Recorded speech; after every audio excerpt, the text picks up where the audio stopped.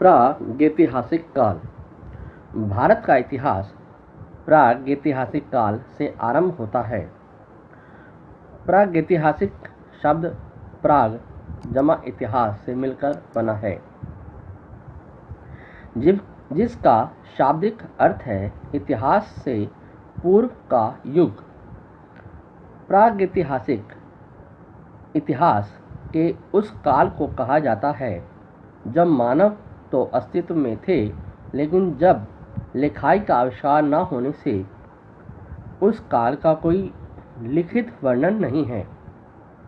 इस काल में मानव इतिहास की कई महत्वपूर्ण घटनाएं हुईं, जिनमें हिमयुग मानवों का अफ्रीका से निकलकर अन्य स्थानों में विस्तार,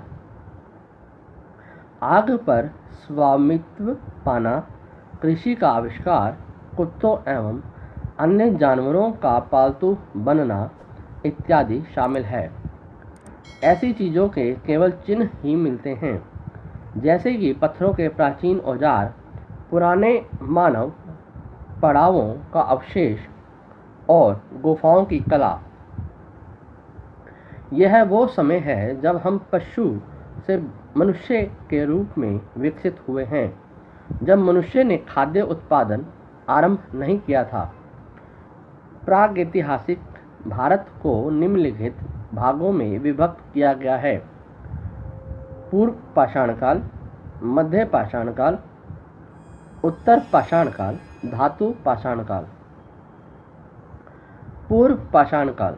पूर्व पाषाणकालीन सभ्यता के केंद्र दक्षिण भारत में मदुरा, त्रिचन्नापल्ली, मैसूर, तंजौर आदि क्षेत्रों में इस सभ्यता के अवशेष मिले हैं।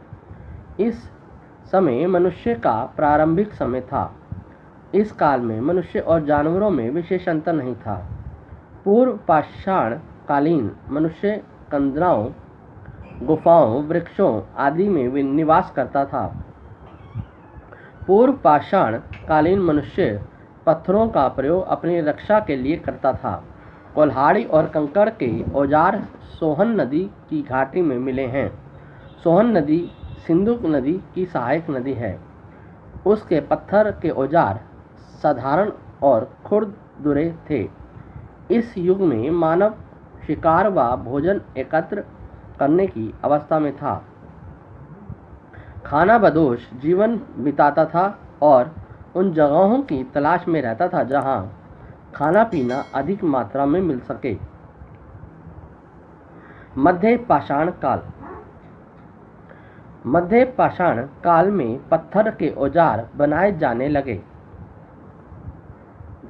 इस काल में कुल्हाड़ियों के अलावा सुतारी, खुरचनी और बाण आदि मिले हैं। इस काल में मिट्टी का प्रयोग होने लगा था। पत्थरों में गोमेद, जैस्पर आदि का प्रयोग किया होता था। इस काल के अवशेष सोहन नदी, नर्मदा नदी और तुंगभद्रा नदी के किनारे पाए गए। उत्तर पाषाण काल। इस काल में भी मानव पाषाणों का भी प्रयोग करता था, किंतु इस काल में निर्मित हथियार पहले की अपेक्षा उच्च कोटि के थे। पाषाण काल का समय मानव जीवन के लिए विशेष अनुकूल था। इस काल के मनुष्य अधिक सभ्य थे और उन्होंने पत्थर व मिट्टी को जोड़कर दीवारें व पेड़ की शाखाओं व जानवरों की हड्डियों से छत का निर्माण किया एवं समूहों में रहना प्रारंभ कर दिया। मिट्टी के बर्तन, वस्त्र बुनना आदि प्रारंभ कर दिया। हथियार नुकीले सुंदर हो गए।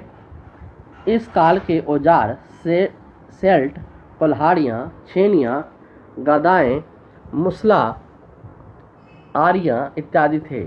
उत्तर पाषाण कालीन लोग पत्थर को रगड़ कर आग जलाने व भोजन पकाने की कला जानते थे। इस काल में धार्मिक भावनाएं भी जागृत हुईं। प्राकृतिक पूजा वन, नदी आदि की करते थे। धातु युग। धातु युग मानव सभ्यता के विकास का द्वितीय चरण था। इस युग में मनुष्य ने धातु के औजार तथा विभिन्न वस्तुएं बनाना सीख लिया था। इस युग में सोने का पता लगा लिया था एवं उसका प्रयोग जेवर के लिए किया जाने लगा। धातु की खोज के साथ ही मानव की क्षमताओं में भी वृद्धि हुई। हथियार अधिक उच्च कोटि के बनने लग गए। धातुकालीन हथियारों में चित्र बनने लगे। इस युग में मानव ने धातु युग को 3 भागों में बांटा गया।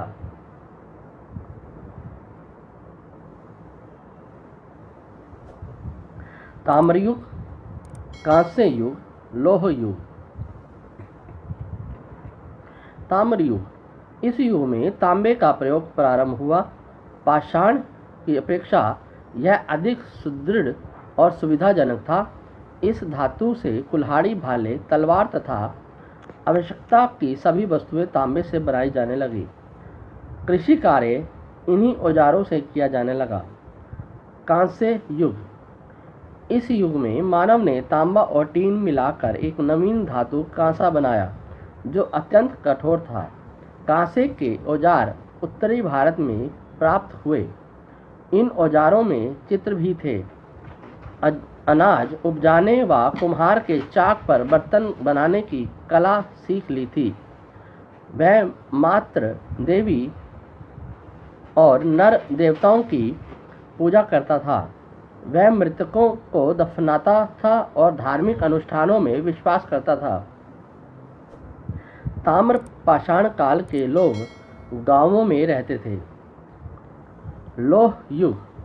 दक्षिण भारत में उत्तर पाषाण काल के उपरांत ही लौह काल प्रारंभ हुआ, लेकिन उत्तरी भारत में ताम्र काल के उपरांत लौह काल प्रारंभ हुआ। इस काल में लोहे के अस्त्र शस्त्रों का निर्माण किया जाने लगा। ताम्र पाषाण काल में पत्थर और तांबे के औजार बनाए जाते थे।